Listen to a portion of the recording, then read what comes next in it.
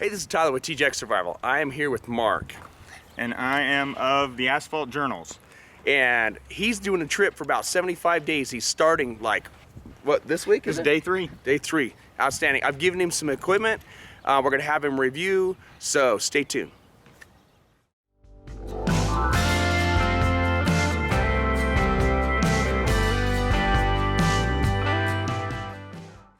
All right. He Is does. that where the dog belongs, right there?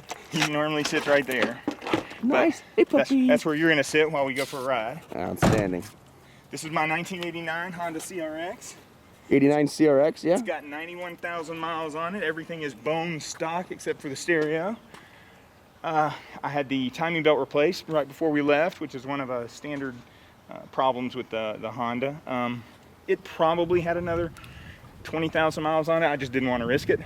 Right here you see, There you go. I got my Spot GPS tracker. Help me. You can follow me on Spotwalla, and I can send for reinforcements if I need it. It's called Spotwalla? Spotwalla. All right, I will put The a link link is on for my that. blog and on my YouTube. Sweet. And on my Facebook. I will leave a link for that in the bottom of this video. Cool. All right, let's get driving. All right.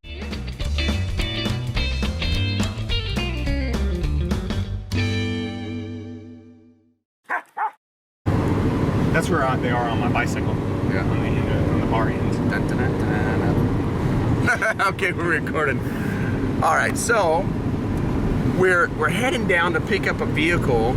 I'm smashing a bunch of things in today, but I want to get a little survival discussion. I wanted to ask Mark a little bit about his trip. What's the objective? Where is it going? And then he's going to have a little, he's got some questions, some survival questions for me from the kit that I gave him and stuff. So, first off, Mark, he can't really look at me because he's driving down the highway. Yay! There's the mountains, if you can see them. So anyway, we'll just do it this way. So, where are you going? How long are you going to be gone? All right. Well, the idea of the trip started when I was kind of in between careers, and I have a bulk of time that I can use. And my dad is a U.S. Air Force veteran, P-51 mechanic with the 5th Air Force, 45th Tactical Reconnaissance Wing, and he's 84. He's been in and out of the hospital a little bit this year. So what I wanted to do is go down and spend a week or so with him, and I'm going to conduct an interview with him about his time in the service. And there's a place in Nampa, Idaho called the Warhawk Museum, which it deals with all manner of World War II, Korea, Vietnam military. So was he in which war? He was in Korea. He was a Korean War veteran as a P-51, initially a P-51 mechanic for reconnaissance wings, and then they switched out the P-51s for F-80s, and he became an F-80 mechanic. Cool. And so I'm going to just interview him. They have this series where they interview veterans of the wars, and you follow a standard protocol, and basically get to spend some time with my old man. Yeah, that's the main point right there. That's the main point of the trip. There's a couple other points. As you know, we're in a 1989 Honda CRX DX, and the drug mule. The drug car. Not really. That was a joke. That was a joke. There are no drugs in this car. Yes. I hope. If you know anything about these little cars, they run forever. And so, like I said, I'm driving a 25-year-old car. And what I'm going to do is drive this car I left Boise, Idaho. I'm going to drive all the way to where my dad is in Georgia. And then I'm going to drive up to Ontario, Canada, where we will go to what's called N22, the Niagara 22. It's the 22nd year of the world's largest CRX meet. There'll be probably like a big CRX festival. Big CRX festival. There'll probably be upwards of 120 CRXs. Not all of them will be as pristine as this one. My car's only got 90,000 miles on it as a 1989 Honda. That is ridiculous. Technically, I'm still under warranty, but we know how that works. Good luck. After that, my schedule's pretty open. That happens July 16th. And then I'm just going to drift and camp my way across the nation in the national park system, in the state park system of the various states. So there should be some cool survival-ish related stuff. And this is the issue. My route has me going through the desert. Yeah. A lot of desert travel. I have friends in Phoenix I want to stop by and see. And I'm going to be going through Death Valley to get to a friend's house in California. So my main questions are what kind of preparations would I need to make for a desert survival situation, assuming my car broke down hundreds of miles from anywhere and I didn't have cell service? Because I bought AA in case that happens, AAA. So they can come pick you up? So they come pick me up. Nice. But assuming I don't have cell service and need to have some survival equipment, what kind of stuff would you recommend for a desert survival environment? Whenever you're coming up with what equipment you want, the number one thing is you're gonna ask yourself is what's gonna kill yourself first. Absolutely, in the Mojave, which is where Death Valley is, water. You need a lot of water. So I spent... We've got 5 gallons of water in here right now. I would say 1 gallon for you a day minimum. Now what about my dog? I don't know if you've shown Now Jinx. he's kind of little right here. Hey buddy. He's a little guy. I don't know. I would love to give you a statistic for your dog, but I don't know. I would say at least a half a gallon, or if you can, another gallon as well. Anybody who knows stuff about dogs, comment below and let us know. Yeah, if you know how much water a dog is gonna need, let me know. In a very hot environment like that? Yeah, especially with the coat. I'm basing my 1 gallon a day on, that's what I use when I do multiple day trips on a raft. So if I'm going to take a raft for 10 days and I've got 5 people, I know I need 1 gallon per person per day. If I can't carry that much, then I need the way to purify the water out of the river. If I'm in a silty river, that, it creates a whole chain of events. But when I was in the Mojave Desert for the military, the first time I went there, we were wearing BDUs and black boots, and it was nasty. They broke a heat record. I remember, I think it was 136 degrees one day. We just shut everything down, and in the shade it was like 104. I mean, it was just ridiculous. But if you do end up getting broken down in a desert, especially in a vehicle, the best thing to do is to get in shade, drink water, don't go anywhere. Even if it's like 2 miles, don't go anywhere in the heat of the sun. If you have to travel, you're not going to make it even fit unless you're going to go late at night. So cover your skin. The reason why people in deserts like the Sahara, the reason why they wear all that thick, heavy clothes, a lot of people don't understand is it's kind of like an insulation to protect you against an oven, which is the sun. So it's kind of like firefighter gear. It's like firefighter gear, basically. And what happens is you end up sweating inside of those long flowing clothing. You have a shemagh on your face or your head and you sweat into it, and that keeps you cool, and it doesn't completely remove all of your water. Right. Evaporation is a cooling process. Yeah. So keep yourself covered in that kind of heat. Keep yourself in the shade and drink water and wait for help to come.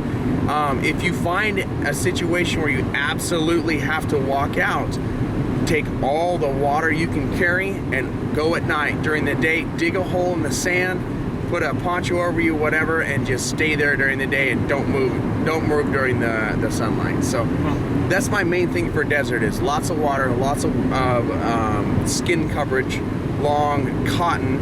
Normally in the mountains, cotton kills because it takes a lot more heat to evaporate the water, but in the desert, that's the idea. You want to retain all of that. Okay. So I'm gonna be driving through South Texas too. We're coming here in a week or so. Texas isn't too bad. There's more people there, but at the same time, desert is desert is desert. Right. Cool. Get off the beaten path or whatever. So, what other questions do you have? I know you have. We gave him a Bark River knife. We gave him a canteen cup. That way, worst case scenario, you can build shelters, you can skin animals, you can do all that stuff with that tool. And worst case scenario, you can dip that canteen cup in the water, boil it. When it cools down, pour it in your cup or your canteen, and dip it again and boil it. And even though it's boiled water, it's all the bacteria and stuff in it is dead. So that's kind of the ultimate fallback if you don't have a way to purify water. It's just to boil it. When it's got a steady boil, everything in it is dead. Fortunately, I brought a hiking purifier by Pure. Pure water filter. Yeah, so if his water filter dies, he's got to back up with that canteen. And even if he doesn't use it, I like making hot chocolate. It's a good big old hot chocolate mug. You can make teas from things you find, pine needles. You can put the purslane in it. Whatever type of stuff you want, you can cook stuff. So it's just a real handy, like if everything else has failed, it's a really handy item. if I had only 2 items that I could bring, it would be a canteen cup combination and a knife. You can make friction fire with it. If you had 3 items, you want a fire starter on top of that. So there's a bunch of options you have available with that kit. Cool. I hope to be doing some woodland camping back in the east. There's a big national forest in West Virginia I'm hoping to do some camping in. And maybe some beach camping along... Beach is fun. Along the Florida coast. I'm going to try to hit down that way. So my note on beach camping is this. Get something to keep the sand out. This was actually something I learned in the Mojave, ironically. Because it got so hot at night, I didn't need a lot of insulation, but I didn't...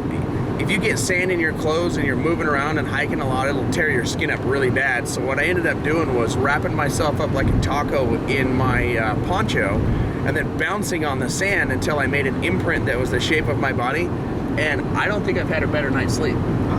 Like, it supports you just fine, and you just leave that poncho on the ground. But if it's cold, you know, put the poncho on the ground, bounce into it, or a tarp or whatever, and just have your sleeping bag right on top of it and snore away. You know, some of the best night's sleep I've ever had has been in sand. Cool. Kind of awesome. I believe my longest stretch of camping days is only going to be 9. It's only going to be 9 days straight between visits with friends or staying in a hotel. I have to get a hotel in Nashville for my job and be there a week just doing basic work for them, and then still back on the road.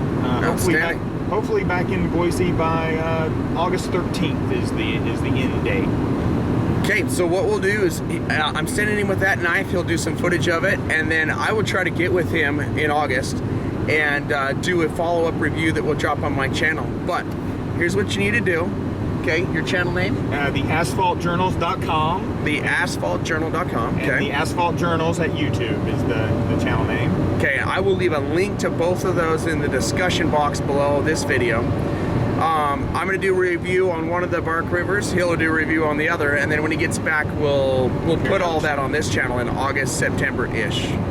So thank you for watching. Hit the subscribe button to my channel. Go down and click on his link and subscribe to him, and you can watch this whole process, this whole journey, and get more video footage of the puppy. We got a GoPro for him, and I've got a Spotwalla tracker here. You can follow me around in real time. So where will they be able to click to follow the spot? The Spotwalla, the link is on my Facebook page. Just search for Asphalt Journals under Facebook, and it's got the link there.